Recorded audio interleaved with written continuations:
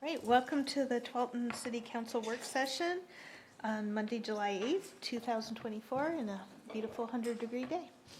So our first item, and I think is the Communities of Clackamas County Joint Values and Outcomes regarding the 2025 legislative session. Yes, and we have Cody Field, who's our management analyst in community development, and does a good job of tracking a lot of stuff, including this. Thank you so much for having me this evening. I'm here tonight to frame up the conversation regarding the Clackamas County Coordinating Committee's recently drafted Joint Values and Outcomes document. This document was developed at the C4 retreat held last month, and it's to rally a unified voice in Clackamas County on transportation topics leading up to the 2025 legislative session. Let me pull up my agenda here. Okay, perfect. The development of this document comes on the heels of recent tolling conversations. As you likely all remember, C4 found great success working together during those conversations. I think the hope is that these values and outcomes can provide that same united voice with a statewide context. So first I want to thank Council President Pratt for representing the city at the retreat and contributing to the joint values and outcome at that event. Just a couple of notes. County staff recognizes that there's not support or opposition for any specific type of funding in this document. Rather, the approach is that should any specific funding mechanism gain momentum, it apply to the values and outcome in the draft document. And we're here tonight because the county is asking city councils to consider providing direction on whether or not to sign on to the joint values and outcomes statement, which would include attaching the city's logo to the document. Included in your packet and in the next series of slides, you will find the contents of the joint values and outcomes for review. This draft document has been shared with Thorn Run Partners, who provided some feedback for you to consider this evening, and I will share that with you after you've had an opportunity to review the joint values and outcome language. With that, let's get into the main content. So this is the opening statement, and I'm not going to read all of these out loud just to save time for the actual discussion, but I'll linger on each slide for a few moments and then move on. And these are all in your packets to refer back to. There are 4 specific statements in the document with a number of bullets under each statement. As you can see here, these are the first 2 statements in the document.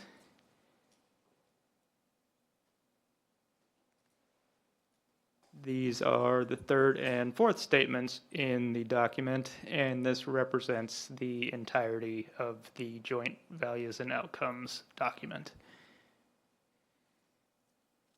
And then in terms of feedback from Thorn Run Partners, there's several items that they flagged after reviewing this. The first item in reference to the following statement: to ensure an equitable, balanced, and seamless system for all, a transportation package should protect and retain the 50-30-20 revenue formula from the State Highway Fund. The recommendation is to discuss potentially expanding that language to say that 50-30-20 should also apply to any new revenue formula raised by potential new sources into the State Highway Fund.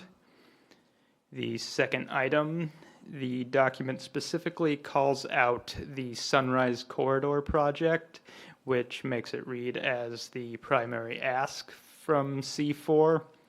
Thorn Run raised 2 questions here. To what degree does Tualatin benefit from this project, and how would the city prioritize this project? And then finally, there's a recommendation to identify and call out any specific revenue mechanisms that the city absolutely cannot support. Thorn Run refers to these as third rail mechanisms.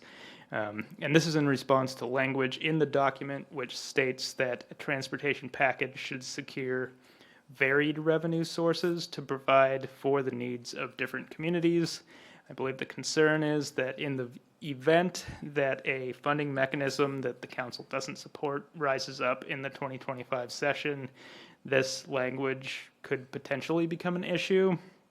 And for context, at this point, from what we've heard through Thorn Run Partners, the following revenue mechanisms are understood to be on the table: the gas tax, registration fees, DMV fees, a new delivery fee, tolling, which is currently paused and expected to remain paused, and then indexing all of these sources to inflation.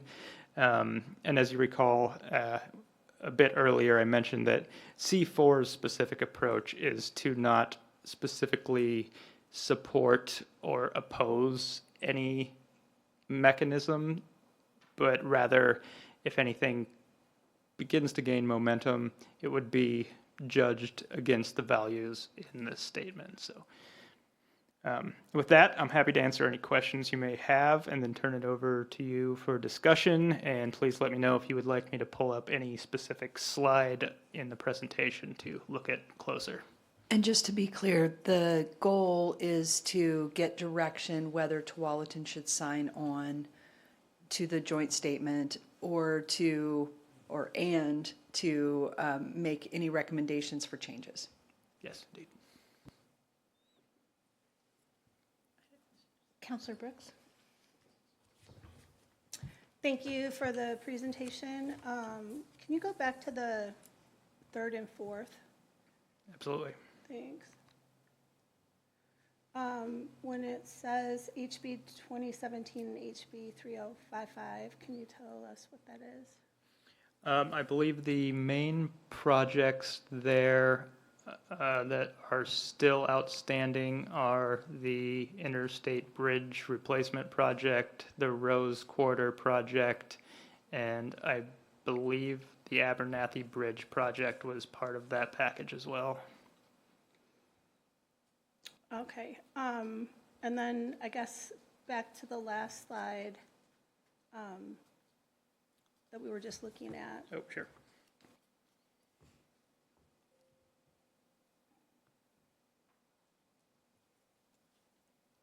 Do you believe that there are mechanisms for, well, first of all, I would say I'm not sure if the Sunrise Quarter is something that's pertinent to us.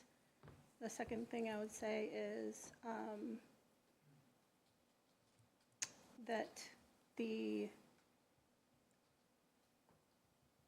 idea of opposing tolling directly might be something people might think about, right? So I really appreciate the work that the C4 has done, and particularly Council President Pratt for representing us well on the C4. And I, in general, support joining with the C4. And I do think that there are a couple recommendations that I think would be good to include. Those are my thoughts. Thanks. Counselor Sacco? Thank you. Yeah, I want to say that I think that the C4 committee, was huge in the whole tolling conversation, and Councilor President Pratt, your work on that was amazing. And so I think that there's great value in joining in on this document. And so I would be in support of that, as long as some of I think Thorn Run brings up some great points. The first one, I agree with their feedback and their recommendation. Number two as well, it does seem weird that there was like this one example that was called out. And so maybe removing that would be, I would be in support of that, unless there's some reason it was included that we're not privy to, that would make sense, but I don't see that as of right now. And then lastly, with the third rail revenue mechanisms for Tualatin would be good to know those now. I think that for me, it's tolling and with the way that it was currently presented, you know, I was not in support of. But that's not to say there's not in the future some different creative way that is, I don't know how it could be. But I also don't want to, I guess, if there's some new way of doing it or looking at it, some way that we don't even know today, I guess I don't want to close the door on anything new that would come up as well. But I guess those are all my comments. Thank you. Councilor Hillier? Yeah, thank you, Council President Pratt. So I am also in favor of us being part of this and putting our city logo on. I do value all the information that we've gained and the momentum and the advocacy that the group has given on behalf of our city and others. And I really appreciate that. I think point one is very important. The Sunrise Corridor, I don't know what other language to recommend, and what other thing would we prioritize in there, or would we ask them to just remove that language entirely? I mean, I'm kind of curious what that thought is. And as far as point three, I think we have to be open. I mean, transportation's an issue, the road maintenance is an issue, electric vehicles are coming online, like things are changing, and we have to be willing to be part of the conversation. And I think removing ourselves from the conversation does not do our city and those who live here any good. So that's my thought. Okay, I guess it's my turn. On the first item where, I'm just gonna go through this list, the first item, I really liked what Thorn Run had to say. I think that protect and retain, they were trying to say that, but maybe there's better language to specifically identify future, because that was the point of this statement, was that there's been no discussion from the state or ODOT about sharing any future revenues. So that was the point, that cities and counties also need funds for the roads. The second one, on the Sunrise Corridor, I'm trying to find the wording there. Oh, the idea was is that if, and HB 2017 also included the third lane on I-205, by the way. So it was that if there was, that there's a secondary list of priorities, and it specifically, and that didn't mean just the Sunrise Corridor, but the Sunrise Corridor was called out because in Clackamas County, that's the biggest project that they've been wanting done. It's kind of like Hall Boulevard. They've been wanting it done for decades, and it gets almost funded and then doesn't. So, and it's a big corridor. So that's why it was specifically called out. To me, I don't see the harm, because this is a Clackamas County document, but that's just me. And then the third rail, yeah, you have all of them, except I think they added general fund too, but the idea was Representative McLean really talked a lot about multiple revenue sources, and we had a big discussion on that. And the idea was like, even tolling, like it was the way tolling was going to be implemented that was the issue. So if they were just going to toll like a bridge until it's completed or something, I think there would be a lot more support for that. So it's the context of it. And also, if further up, it was discussed like there's got to be transparency, cost-saving measures, and that the administrative costs, which was another issue with the prior tolling, was the administrative costs were so huge. And we want, the idea was to have an efficient way to do this funding, but that it might be multiple. I mean, the biggest thing that was talked about was the vehicle miles traveled tax. That had the biggest support, but it might also be registration fee increases or a combination of things to get to that, what's needed. So that's where I'm at on it. Councilor Brooks. Thanks, and I just want to be clear too with tolling, thinking about it, how it has been presented. I just don't see where it would fit with those efficiencies. Even managing miles seems to me like pretty bureaucratic, laborious work, instead of adding on to things that already exist or more modern things. I'm not okay with like having one bridge toll or something like that, but I do think that that there might be an opportunity to talk about like what percentage of bureaucratic spending is a no-go. Because, and that might be a nice boundary to have, like in real words,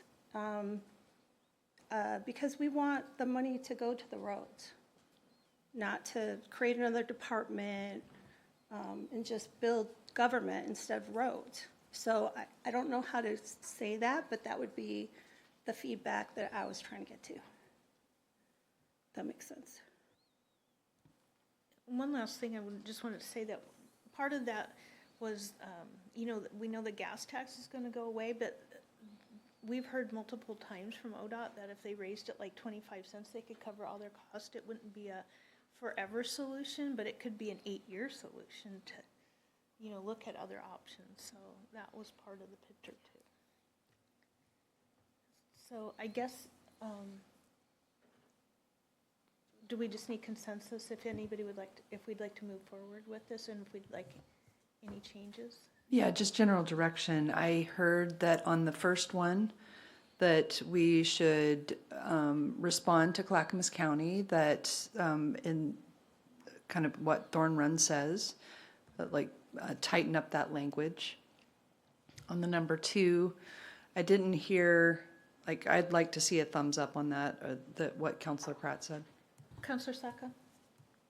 Yeah, I was just going to say thank you for that explanation. And I think that, Clackamas County has been good partners. And if this is something that, we need to support good partners of ours, and this means, that they strongly believe in this, and I'm okay with that based on your recommendation.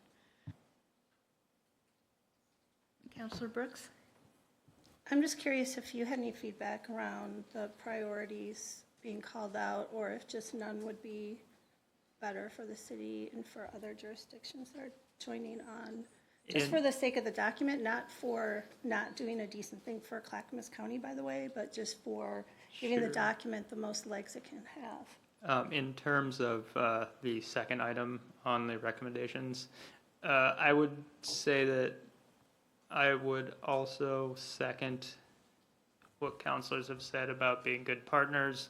I'm not sure if we have anything locked and loaded that would be appropriate to add or advocate for on a Clackamas County project list. I think we definitely could have that conversation in terms of projects in Washington County, but maybe we don't have anything geared up that would be appropriate for this particular document. Thank you. And then the third rail, it sounds like leaving flexibility is what I heard the majority say, that tolling, depending on its iteration eventually, which I think the administrative costs will come back. If tolling becomes on the table, then I think it's gonna, that will be a part of the discussion. I was just curious, since we're having this conversation, especially with Thorn Run, if we just included that as part of the conversation of what a decent ask would be, just to kind of have ourselves prepared and thinking about it for advocacy later, as long as we're talking to them. But I'm fine with how it stands. So on that point, we will, we're scheduling tentatively a special work session on July 29th to talk to Thorn Run. And so Megan and Cody are both on that team. So I think that will be worked into, they've taken note of it, so. You good? Great, yeah. I will follow up with Clackamas County and offer the feedback that we've discussed tonight, and we will report back on their response to that, and we will ultimately, hopefully, be signing on to this. Thank you, Cody. Thank you.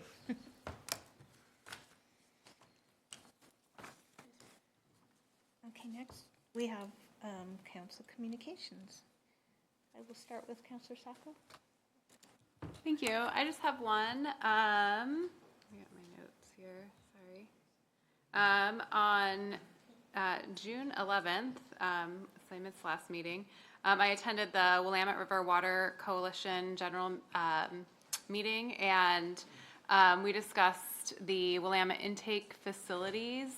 So I do have quite a bit of information on that. If anybody's interested, I won't bore everybody now, but it's down here on Tualatin Sherwood Road, and you probably have seen it being built. They are going to be doing tours, so if anybody is interested in touring that facility, I can put you in contact with the folks that can make that happen.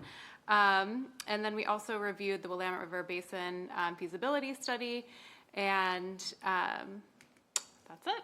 Thank you. Counselor Hillier. Thank you. I didn't attend any official meetings. However, I did attend the IBOC and Byram CIO community event on June the 29th. The police department was there, TVFNR, the recycling, oh my gosh, the Heritage Center, Megan and Betsy and Margaret were there, and CERT was there. There were the Heritage Center, the Grange. It was a great community event. It was a great temperature, and I encourage people to attend these when our CIOs have them. Counselor Reyes. No official meeting, thank you.